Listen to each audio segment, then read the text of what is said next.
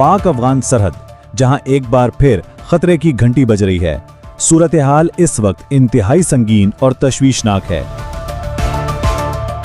और इसके जो असरात हैं वो सिर्फ दो ममालिक तक महदूद नहीं रहेंगे, बल्कि ये पूरे खित्ते को अपनी लपेट में ले सकते हैं।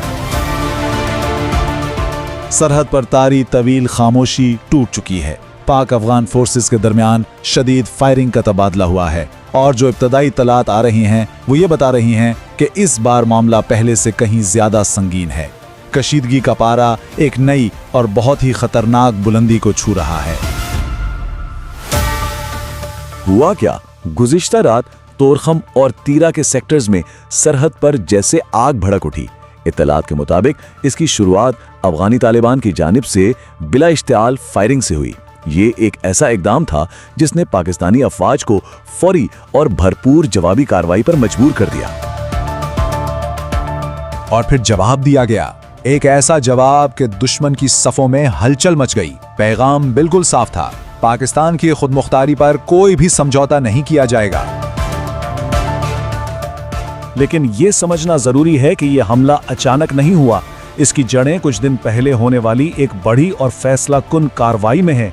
एक ऐसी कार्रवाई जो खुद पाकिस्तान ने की थी।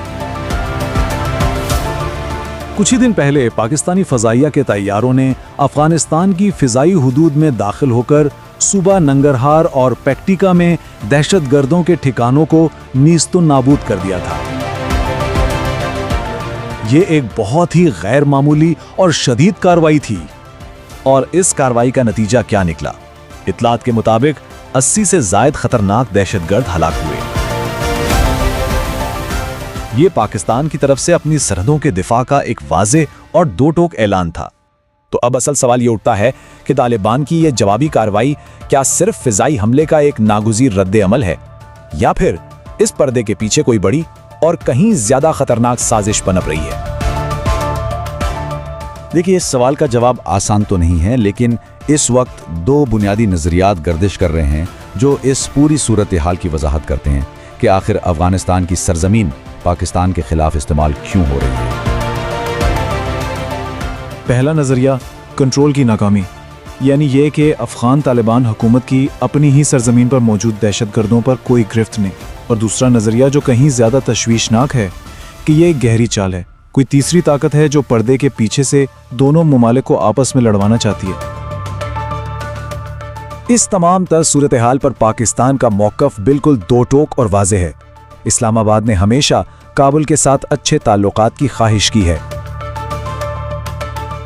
लेकिन जब हमारी सरहदों की हुर्मत पामाल होगी और हमारे जवानों का खून बहेगा तो पाकिस्तान खामोश नहीं रह सकता और ना ही रहेगा।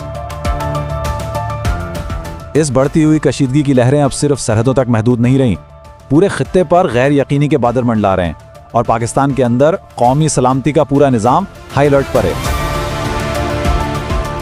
और ये अभी की ब्रेकिंग न्यूज है। वजारत दाखिला ने मुल्क भर में सिक्योरिटी को हाई अलर्ट कर दिया है। ये हुक्मनामा इस बात का सबूत है कि खतरा अब सिर्फ सरहदों तक नहीं रहा। इस हाई अलर्ट का मकसद एक ही है, मुमकिना इंतकामी कार्रवाइयों को रोकना। खतरा यह है कि दहशतगर्द अब मुल्क के शहरी इलाकों को निशाना बना सकते हैं और इसीलिए खास तौर पर शहरों में सिक्योरिटी का घेरा मजीद तंग कर दिया गया है। तो अब हम सब एक दोराहे पर खड़े हैं। सवाल यह है कि आगे क्या होगा?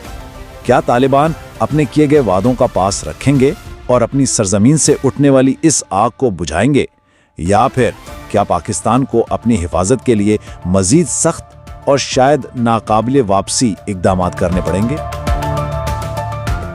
एक बात यकीनी है, आने वाले चंद दिन सिर्फ दो ममालिक के ताल्लुकात का ही नहीं बल्कि पूरे खित्ते के मुस्तकबिल का फैसला करेंगे। तारीख लिखी जा रही है और इस वक्त सबकी नजरें पाक अफगान सरहद पर जमी हैं।